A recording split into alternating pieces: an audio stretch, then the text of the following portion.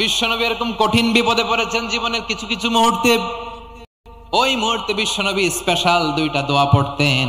এই দোয়াগুলো আপনাদেরকে জানিয়ে দেয়। বিশ্বনবী বলেন, কঠিনতম বিপদে যখন পড়বা, দেয়ালে পিঠ থেকে যায়, চোখে মুখে অন্ধকার, বাঁচার কোনো উপায় নাই, তখন পড়বা লা ইলাহা ইল্লা আনতা সুবহানাকা ইন্নী কুনতু মিনাজ জালিমিন।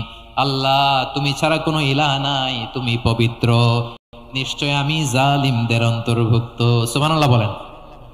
এবং অনেক মুফাসসিরিন ইকরাম বলেছেন, অনেক আহলুল ইলমরা বলেছেন, এটা হচ্ছে ইসমে আজম। ইসমে আজম এমন দোয়া যেটা দিয়ে দোয়া করলে আল্লাহ দোয়া কবুল করে। কিন্তু এটা কোনটা, এটা নিয়ে ইখতিলাফ আছে। কোন আহলুল ইলম বলেন এই লা ইলাহা ইল্লা আনতা সুবহানাকা ইন্নী কুনতু মিনাজ জালিমিন, এটা হচ্ছে ইসমে আজম।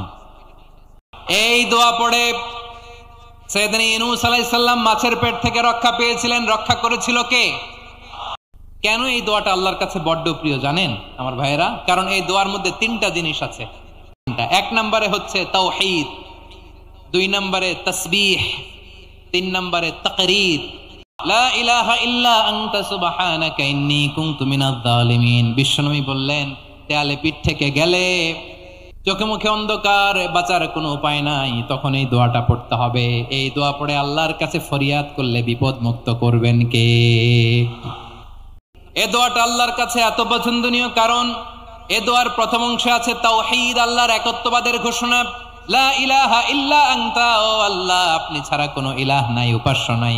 একথা বললে আল্লাহ বড্ড খুশি হয়ে যায়। সুবহানাল্লাহ পড়েন। এ দোয়ার দ্বিতীয় অংশে আছে তাসবিহ, মানে আল্লাহর প্রশংসা, প্রশংসা সূচক বাণী। সুবহানাক সুবহানাক সুবহানাক, ও আল্লাহ, আমি আপনার পবিত্রতা ঘোষণা করছি। সুবহানাক, একথা শুনলেও আল্লাহ খুশি হয়ে যায়। সুবহানাল্লাহ পড়েন। এই দোয়ার তৃতীয় অংশে আছে তাকরীর। তাকরীর মানে পাপের স্বীকৃতি। তাকরীর মানে কি? তাকরীর মানে পাপের স্বীকৃতি। এই দোয়ার তৃতীয় অংশে আছে ইন্নী কুনতু মিনাল জালিমিন, ও আল্লাহ, আমি জালিমদের অন্তর্ভুক্ত। আল্লাহ, আল্লাহ, আমি জালেম, আল্লাহ, আমি ভুল করেছি, অন্যায় করেছি, আল্লাহ, আমি জালেমদের অন্তর্ভুক্ত। এই পাপের স্বীকৃতি, অ্যাকনলেজমেন্ট আল্লাহ বড্ড পছন্দ করে। যখন আল্লাহর কাছে আপনি ছোট হবেন, ছোট হতে হতে যত ছোট হবেন, ওই দৃশ্যটা দেখতে আল্লাহ বড্ড পছন্দ করে। সুবহানাল্লাহ বলেন।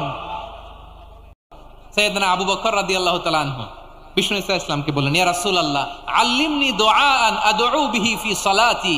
নবী হে, আপনি আমার এমন একটা স্পেশাল দোয়া শিখায় দেন যে দোয়াটা আমি নামাজে পড়ব। নবী বললেন, তাহলে তুমি পড়ো, আল্লাহুম্মা ইন্নী যালামতু নাফসি যুলমান কাসীরান ওয়া লা ইয়াগফিরুয যুনুবা ইল্লা আনতা ফাগফিরলি মাগফিরাতাম মিন ইনদিকা ওয়ারহামনি ইন্নাকা আনতাল গফুরুর রহিম। সুবহানাল্লাহ।